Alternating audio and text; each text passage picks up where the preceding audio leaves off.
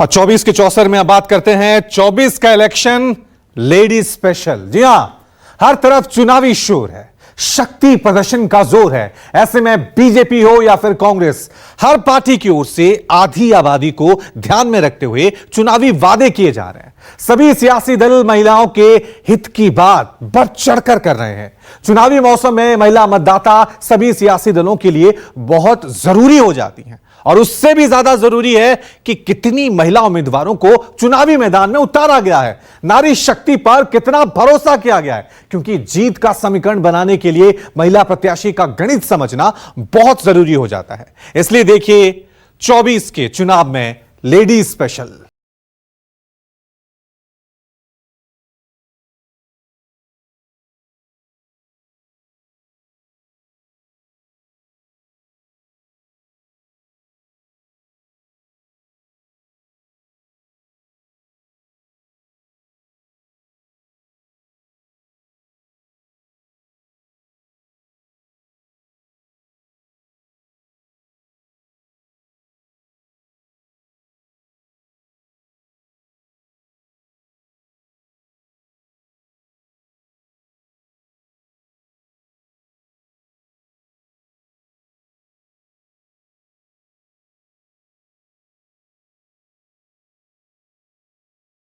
कि कितने प्रत्याशी, एनडीए वर्सेस इंडिया की नारी शक्ति।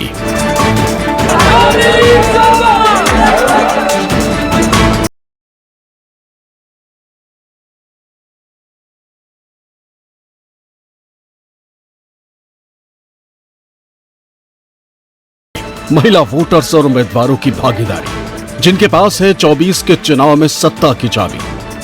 1 करोड़ लखपति दीदियां बन चुकी हैं। अब मोदी ने 3 करोड़ बहनों को लखपति दीदी बनाने की गारंटी दी है। नमो ड्रोन दीदी योजना से गांव-गांव में बहनें ड्रोन पायलट बनेंगी। सब संस्थाओं में, हर इंस्टीट्यूशन में, मीडिया में, सरकार में, लोकसभा, विधानसभा, पंचायतों में महिलाओं की भागीदारी हो, महिलाएं दिखाई दें। लोकसभा चुनाव में हर पार्टी अपने अपने सियासी दांव आजमा रही। हर दल की यही कोशिश है कि वो चुनाव में ऐसा सियासी समीकरण बिठाए कि ज्यादा से ज्यादा सीटों पर उसकी जीत हो। यही वजह है कि एससी एसटी समेत महिला प्रत्याशियों का चुनाव भी काफी सोच समझकर किया जा रहा है। जहां हर क्षेत्र में आज महिलाएं पुरुषों से कदम ताल कर रही, तो वहीं राजनीति में अभी भी इस दिशा में लंबा सफर तय किया जाना है। हालांकि पहले हुए चुनाव के मुकाबले तस्वीर काफी बदली। महिलाएं हर पार्टी के लिए एक बड़ा वोट बैंक हैं और सभी पार्टियां उन्हें लुभाने के लिए तमाम तरह के वादे और प्रचार करती। इसलिए इस बार सभी पार्टियों ने आधी आबादी को साधने के लिए चुनाव में महिला उम्मीदवार वाला वो दांव चला है, जिसकी सबसे बड़ी वजह है चुनाव में बढ़ती महिला वोटर्स की भागीदारी। 2024 के लोकसभा चुनाव में कुल मतदाताओं की संख्या 96.8 करोड़ है, जिसमें पुरुष मतदाता 49.7 करोड़ और महिला मतदाताओं की संख्या 47.1 करोड़ है, यानी 48.66% महिला मतदाताओं की भागीदारी। लोकसभा चुनाव में आधी आबादी का वोट भी बहुत मायने रखता है। आधी आबादी का दिल जीतने के लिए राजनीतिक पार्टियां अपने पिटारे से तमाम वादे भी करती नजर आती हैं। यही बड़ी वजह है कि लोकसभा चुनाव में तमाम राजनीतिक पार्टियां आधी आबादी पर दाव भी खेलती हैं। उन्हें अपना उम्मीदवार बनाने की कोशिश भी इस बार की गई है। 2024 के लोकसभा चुनाव में बहुत सी महिला प्रत्याशियों पर तमाम पार्टियों ने दाव लगाया है, क्योंकि हर महिला प्रत्याशी चाहती है या आधी आबादी चाहती है कि उसे भी राजनीति में प्रतिनिधित्व मिले, उसके भी मुद्दों को आगे लाया जाए। इसलिए कई महिला उम्मीदवार इस बार भी किस्मत आजमा रही हैं। वो ऐसे तमाम मुद्दों को उठा रही हैं जिससे कि आधी आबादी का वोट उन्हें मिल सके। वैसे तो लोकतंत्र के इस पर्व में सैकड़ों नारी शक्ति चुनावी रण में शक्ति प्रदर्शन कर रही। ऐसे में खास से आम तक फिल्म स्टार से लेकर मंत्री तक कई महिला प्रत्याशी चुनाव लड़ रही। लेकिन कुछ नाम ऐसे भी हैं जो लंबे समय से गरीबों पर हो रहे शोषण और अन्याय के खिलाफ आवाज उठा रही हैं, जिन्होंने सामाजिक क्षेत्र में जन कल्याण सहित अन्य परोपकार के कार्यों में अपने योगदान देकर राजनीति का मंच हासिल किया है और इस बार के चुनाव में वो आधी आबादी का प्रतिनिधित्व कर रही हैं। पहला और सबसे बड़ा नाम है माधी लता का, जो हैदराबाद से सांसद असदुद्दीन ओवैसी के खिलाफ सशक्त चेहरा बनकर उभरी, जिनको गरीबों का मसीहा के तौर पर पहचान मिली, जिन्होंने 3 तलाक को खत्म करने के लिए मुस्लिम महिलाओं का सहयोग किया था। आपने कहा हैदराबाद में खेल होगा, आप ये भी कहती हैं कि 1.5 लाख के वोटों से असदुद्दीन ओवैसी इस बार आपसे हारेंगे। ये बहुत बड़ा दावा है, 40 सालों का किला ढहाना है, ये कैसे संभव है? किस आधार पर यह दावा आप करती हैं? मेरा दावा सच्चाई के ऊपर आधार है। मेरा दावा 40 सालों से जो बढ़ोतरी नहीं हुई है उस कॉन्स्टिट्यूएंसी का, उस पे आधार है। मेरा दावा उस पे आधार है जहाँ पे पसमंदा ही रह गए और बदतर हो गए। मेरा दावा इसलिए है जो असदुद्दीन जी एक किराए के घर से निकलकर मुसलमानों के अंबानी तो बन गए, आबाद हो गए, लेकिन गरीब तो बर्बाद हो गए। वो है मेरा दावा। मेरा दावा ये है कि वो स्त्री को कभी आगे बढ़ने नहीं देते हैं। और मेरा दावा ये है कि जहर फैलने के अलावा और मजहब के ऊपर बात करने के अलावा आज तक उन्होंने कभी तरक्की के बारे में नहीं सोचा। दूसरा नाम है रेखा पात्रा, जिन्हें पश्चिम बंगाल की बशीरहाट सीट से बीजेपी ने चुनावी मैदान में उतारा। रेखा पश्चिम बंगाल के संदेश खाली की महिला उत्पीड़न आंदोलन का चेहरा, जिन्होंने टीएमसी नेता शाहजहां शेख के खिलाफ सशक्त ढंग से आवाज उठाई। अगला नाम है लता वानखेड़े, जिन्हें मध्य प्रदेश के सागर से भाजपा ने प्रत्याशी बनाया। महिला सम्मान और उत्थान के क्षेत्र में कार्य करती रहीं। मकरोनिया ग्राम पंचायत से 3 बार सरपंच रहीं। कई सामाजिक संगठनों से जुड़ी हैं। चौथा नाम है कांग्रेस के उम्मीदवार संजना जाटव का, जिन्हें कांग्रेस ने भरतपुर राजस्थान से टिकट दिया है। एससी वर्ग से कांग्रेस का युवा चेहरा है। लड़की हूं लड़ सकती हूं अभियान से जुड़ी सामाजिक कार्य में भी सक्रिय भागीदारी रही है। मैं अपना मतदान डाल चुकी हूं और चारों तरफ कांग्रेस का बहुत अच्छा माहौल है और लोग परिवर्तन चाह रहे हैं, जैसे कि बेरोजगारी है, महंगाई है, आदियों को लेकर वोट कर रहे हैं। कांग्रेस ने इनके अलावा बेंगलुरु दक्षिण से सौम्या रेड्डी को, करूर तमिलनाडु से एस ज्योतिमणि को, बनासकाठा गुजरात से गेनीबेन ठाकुरों को चुनावी मैदान में उतारा। तो इस देश की आधी आबादी पे सबकी नजरें टिकी हुई हैं। हालांकि चाहे इंडिया गठबंधन की बात करें, एनडीए गठबंधन की बात करें, दोनों ने महिलाओं को रिप्रेजेंटेशन दिया है। लेकिन सवाल है कि इस देश की जो आधी आबादी है, महिला वोटर्स हैं, वो किन मुद्दों को लेकर मतदान करती हैं, यह अपने आप में बहुत महत्वपूर्ण हो जाता है। महिला उम्मीदवारों के बीच एक दिलचस्प लड़ाई महाराष्ट्र में भी है, जहां ननद भाभी एक दूसरे के खिलाफ चुनावी मैदान में उतर चुकी हैं, पर्चा दाखिल कर चुकी हैं, जिसके बाद महाराष्ट्र की सियासत में एक बार फिर फैमिली फाइट का ऐलान हो चुका है। चाचा शरद पवार और भतीजे अजित पवार की राजनीतिक बैर के बाद अब लोकसभा चुनाव में भाभी और ननद के बीच मुकाबला तय हो चुका है। इस बार तो घर से ही चुनौती मिली है, खुद भाभी आपके सामने खड़ी है, क्या कहेंगी? मेरे ख्याल से ये लोकसभा का इलेक्शन है और इस देश का इलेक्शन है ये, तो मैं उसको एक पारिवारिक नहीं समझती। मैं और मेरा पर्सनल किसी से भी, आपने मेरी भाषण भी सुनोगे, जब मैं पार्लियामेंट में भी बोलती हूँ, मैं कभी पर्सनल नहीं होती।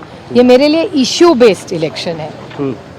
क्या क्या ऐसे इशू है जो पिछले 3 टर्म में आपसे रह गए हैं, जो चौथी टर्म में आप करना चाहती है? क्या इशू है? नहीं, इस देश में आज बेरोजगारी, महंगा और भ्रष्टाचार बढ़ता जा रहा है, इसके खिलाफ किसी ने तो लड़ना है। कहा यह जा रहा है कि भारतीय जनता पार्टी ने पवार फैमिली में स्प्लिट करवाया, एक अलग, हमेशा उम्मीदवार कोई अलग रहता था, आज पवार परिवार के ही 2 उम्मीदवार आमने सामने हैं। दादा ने, आपको पता है कि राजनीतिक अलग भूमिका ली है, इसलिए ये तो राजनीतिक विचारों की लड़ाई है, ये तो रिश्तों की लड़ाई नहीं है। अमित शाह जी ने कल कहा कि महाराष्ट्र में जो एनसीपी शरद चंद्र पवार है वो नकली एनसीपी है, आप क्या ऐसा मानती हैं? वैसे देखा जाए तो घड़ी जो है, चिन्ह तो हमको ही मिला है और ज़्यादातर लोग हम वही हैं, तो यही तो राष्ट्रवादी है। महिला उम्मीदवारों में एक ताकतवर नाम स्मृति ईरानी का भी है, जिनकी हिम्मत के आगे कांग्रेस के राहुल गांधी भी मात खा चुके हैं। हम बात कर रहे हैं अमेठी सीट की, जहां स्मृति ईरानी एक बार फिर चुनावी मैदान में है और दूसरी तरफ उत्तर प्रदेश की high profile Amethi Lok Sabha seat से कांग्रेस उम्मीदवार को लेकर सस्पेंस बरकरार है। कांग्रेस यूपी के 17 लोकसभा सीटों पर चुनाव लड़ रही है। हालांकि अभी तक कांग्रेस का गढ़ मानी जाने वाली अमेठी और रायबरेली सीट पर पार्टी ने उम्मीदवारों की घोषणा नहीं की है। इन दोनों ही सीट पर उम्मीदवार कौन होगा, इसे लेकर सबकी निगाहें टिकी हुई। और अगर राहुल गांधी एक बार फिर अमेठी से चुनाव लड़ते हैं तो स्मृति ईरानी से उन्हें कड़ी और मजबूत टक्कर मिलने वाली। लेकिन वो लगाव हमेशा रहता है, वो कभी नहीं कहती मेरा परिवार छूट गया। ससुराल का भी सम्मान रखती है, मायके का भी सम्मान रखती है। और इसी अमेठी में ऐसा एक व्यक्ति 15 साल सतत समर्थन पाया जिसने परिवार बदल दिया। तो परिवार बदलने के बाद कोई नया तमाशा लेकर आएंगे, देखा जाएगा। लेकिन पुनः आग्रह करती हूं, धर्म और वर्ग के आधार पर बांटने आएंगे, हमें एकजुट रहकर अमेठी के सम्मान और संरक्षण की लड़ाई को लड़ना है। पुनः आपका स्वागत है। यही नहीं, केंद्र की सत्ता में हैट्रिक लगाने की हुंकार भर रही भारतीय जनता पार्टी ने ढेर सारे फिल्मी सितारों को मैदान में उतार दिया। भारतीय जनता पार्टी इस समय जोरों शोरों से लोकसभा चुनाव की तैयारी कर रही। 400 सीट का लक्ष्य तय कर मैदान में उतरने जा रही बीजेपी ने इस बार कई सेलिब्रिटीज को टिकट दिया। इनमें अभिनेत्री कंगना रनौत और हेमा मालिनी जैसे सुपरस्टार के नाम शामिल हैं। भाजपा ने कंगना को पहली बार चुनाव में किस्मत आजमाने का मौका दिया और हिमाचल प्रदेश के मंडी सीट से उन्हें प्रत्याशी बनाया। तो वहीं जीत के हैट्रिक का मौका देते हुए हेमा मालिनी को उत्तर प्रदेश की मथुरा सीट से उम्मीदवार घोषित किया गया।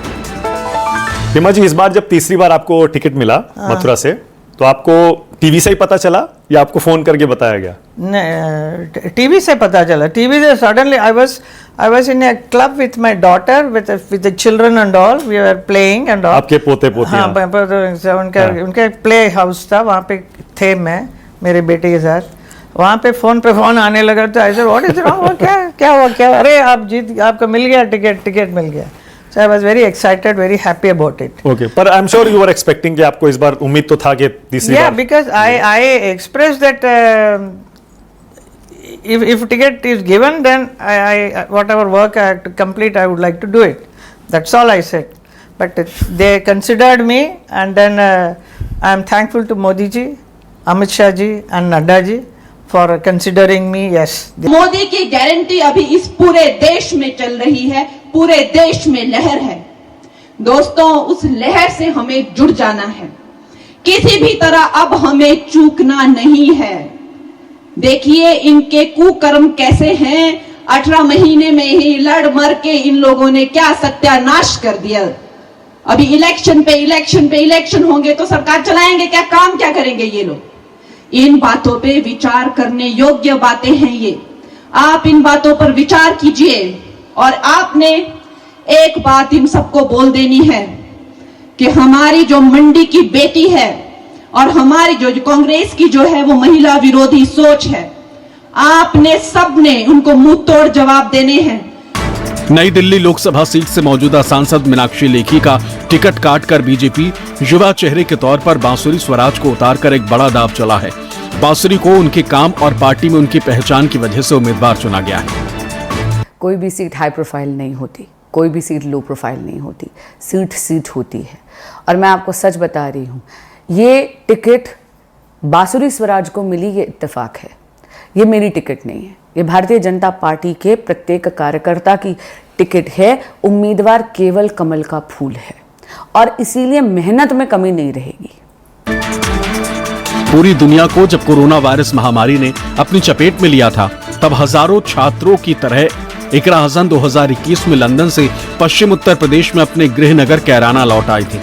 कभी शिक्षा के क्षेत्र में करियर बनाने की हसरत रखने वाली हसन अब समाजवादी पार्टी के टिकट पर महागठबंधन इंडिया की उम्मीदवार के रूप में लोकसभा चुनावी मैदान में। उनका मुकाबला भारतीय जनता पार्टी के मौजूदा सांसद प्रदीप चौधरी से है, जिन्होंने 2019 के आम चुनाव में इकरा की मां तबस्सुम बेगम को हराया था।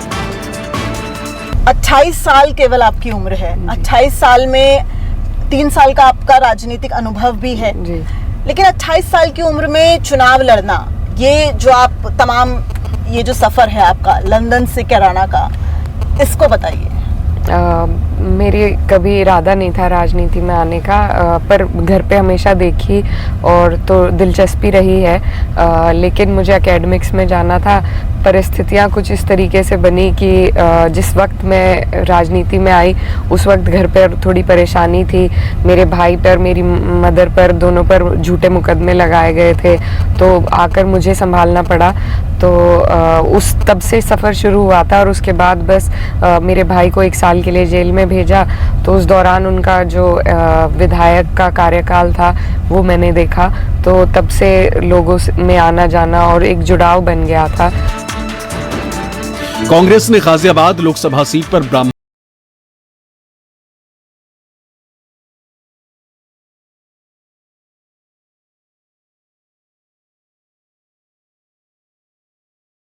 नेता डॉली शर्मा ने MBA किया हुआ है और वर्तमान में वो कांग्रेस के राष्ट्रीय प्रवक्ता भी हैं।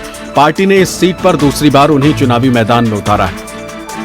डॉली जी, समझना चाह रहा हूं कि बीजेपी को टक्कर कैसे दे रहे हैं आप? देखिए, जिस व्यक्ति ने गाजियाबाद के लोगों की कोरोना में सांसें छीनी, जिस व्यक्ति ने अपने दरवाजे बंद कर दिए थे, लोग परेशान थे, हाहाकार कर रहे थे, किसी की माँ जा रही थी, किसी का बाप, किसी का भाई, किसी का बेटा। आज ये गाजियाबाद का बदला लेने का वक्त आ गया और गाजियाबाद एक एक उस दरवाजे बंद, मोबाइल बंद का जवाब देगा जो अतुल गर्ग और भाजपा ने इस गाजियाबाद के साथ किया था। मेरे गाजियाबाद के मुद्दे मेरे मुखर मुद्दे हैं। सभी पार्टियों के उम्मीदवार चुनावी मैदान में हैं। सभी पार्टियां जीत का दम भर रही हैं। ऐसे में क्या इस बार आधी आबादी को टारगेट करते हुए महिला उम्मीदवारों को चुनावी मैदान में उतारा है? उससे एक बात बिल्कुल साफ है कि इस बार के चुनाव में महिलाओं की भागीदारी जीत की हिस्सेदारी में अहम भूमिका निभाने वाली है। भाजपा ने अब तक घोषित कुल 417 प्रत्याशियों में से मात्र 16% यानी 68 महिलाओं को ही टिकट दिया है। वहीं कांग्रेस ने कुल 192 घोषित प्रत्याशियों में से 11% यानी केवल 22 महिलाओं को ही टिकट दिया है। इसमें बीजू जनता दल ने सबसे अधिक 33% महिलाओं को टिकट दिया है। पार्टी ने 21 में से 7 सीटों पर महिला प्रत्याशी उतारे हैं। इसके बाद तृणमूल कांग्रेस ने 28% महिलाओं को टिकट दिया है। पार्टी के कुल 42 प्रत्याशियों में से 12 महिलाएं हैं। ध्यान देने वाली बात यह है कि 2019 के लोकसभा चुनाव में बीजेपी और टीएमसी से सबसे ज्यादा महिला सांसद चुनकर संसद पहुंची थी। बीजेपी की अगर बात करें तो 42% महिला सांसद चुनी गई थी। वहीं टीएमसी भी इस मामले में पीछे नहीं था। टीएमसी की भी 39% महिला सांसद संसद पहुंची थी। यानी कि अगर कुल संख्या की बात करें तो कुल संख्या में से 78 महिला सांसद संसद पहुंची थी, जो कि कुल संख्या का 14% था। राजनीतिक विश्लेषकों का कहना है कि तमाम प्रमुख राजनीतिक दलों की कथनी और करनी में भारी फर्क है। जब तक राजनीतिक पार्टियां अधिक से अधिक महिलाओं को टिकट नहीं देती, तब तक उनकी भागीदारी बढ़ाने की कल्पना तक नहीं की जा सकती।